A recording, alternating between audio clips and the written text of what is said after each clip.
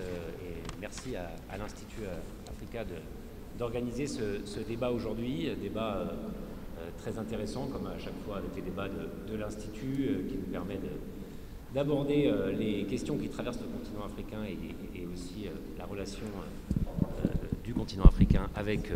les États en Europe. Alors évidemment aujourd'hui on parle d'un sujet qui fait beaucoup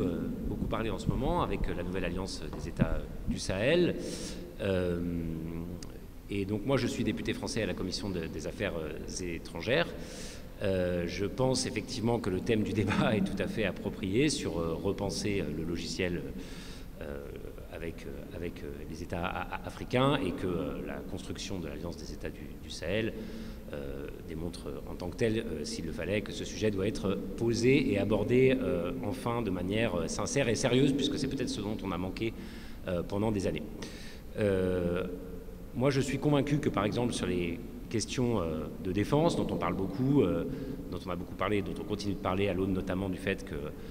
eh bien, il y a une demande légitime, à mon sens, de nombreux pays africains et d'Afrique de l'Ouest de voir, par exemple, les bases militaires françaises encore présentes sur le continent fermé. Je suis par ailleurs, moi,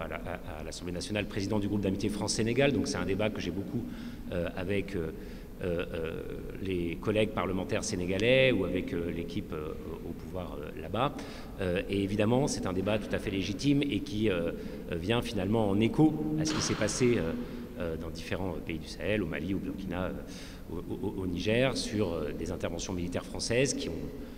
sûrement eu leur utilité au départ, mais qui ensuite sont devenues de plus en plus questionnées. Et encore une fois, moi je le comprends, je fais partie d'un groupe parlementaire, la France Insoumise, qui a toujours dit que ces interventions militaires n'auraient pas dû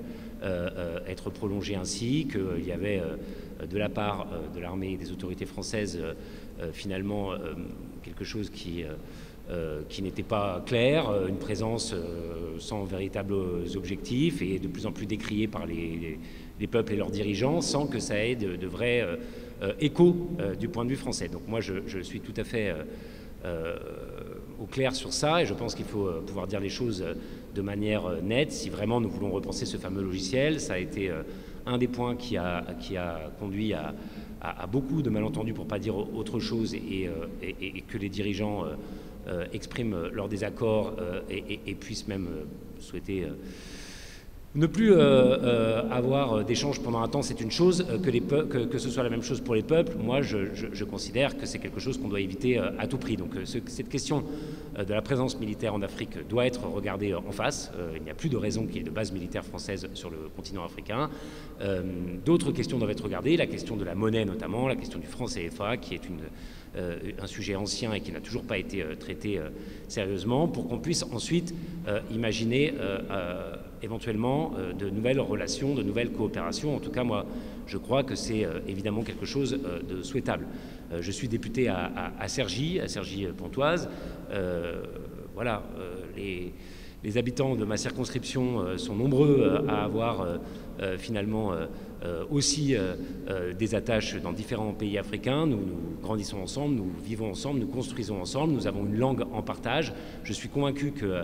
si on est capable de mettre tous les sujets à plat, on peut repenser ce logiciel profondément, mais il faut commencer effectivement par, encore une fois, ne pas avoir peur de dire les choses et ne pas avoir peur de dire que oui, non, il n'y a pas de nécessité à avoir de base militaire d'Afrique, il n'y a pas de nécessité à conserver le franc CFA. Il y a en revanche à se demander sur des grands sujets, sur des sujets qui sont ceux qui peuvent demain être dans l'intérêt des Africains et des Européens, dans l'intérêt d'un certain nombre d'États et de la France, des sujets qu'on pourrait traiter ensemble. Je pense à la question du climat, je pense à la question de la mer, je pense à la question de l'espace, je pense à des grands défis comme ça où nous pourrions, du fait d'avoir cette langue en commun, du fait d'avoir toute cette proximité entre nos différents pays, entre nos différents peuples, des coopérations nouvelles qui nous permettraient de relever ces grands défis, mais ça ne sera possible effectivement que si on est capable de, une bonne fois pour toutes, en finir avec les logiciels anciens, qu'on a souvent appelés France-Afrique ou autres. De nombreuses promesses ont été faites pour en finir et malheureusement, ça ne s'est jamais concrétisé. Mais voilà, moi je retiens à dire en tant que député français que mon groupe parlementaire, la France Insoumise, a toujours été très clair là-dessus, que nous continuerons à nous battre pour qu'on en finisse avec ce qui est de l'ordre de relations d'un autre temps et qu'on puisse imaginer vraiment de bâtir un avenir sur de nouvelles bases. Et je crois que les défis que nous avons à relever dans de nombreux domaines le commandent, la proximité entre nos peuples aussi, mais ça suppose d'abord d'avoir un vrai moment de vérité et je crois qu'un débat comme celui d'aujourd'hui permet d'y contribuer. Merci.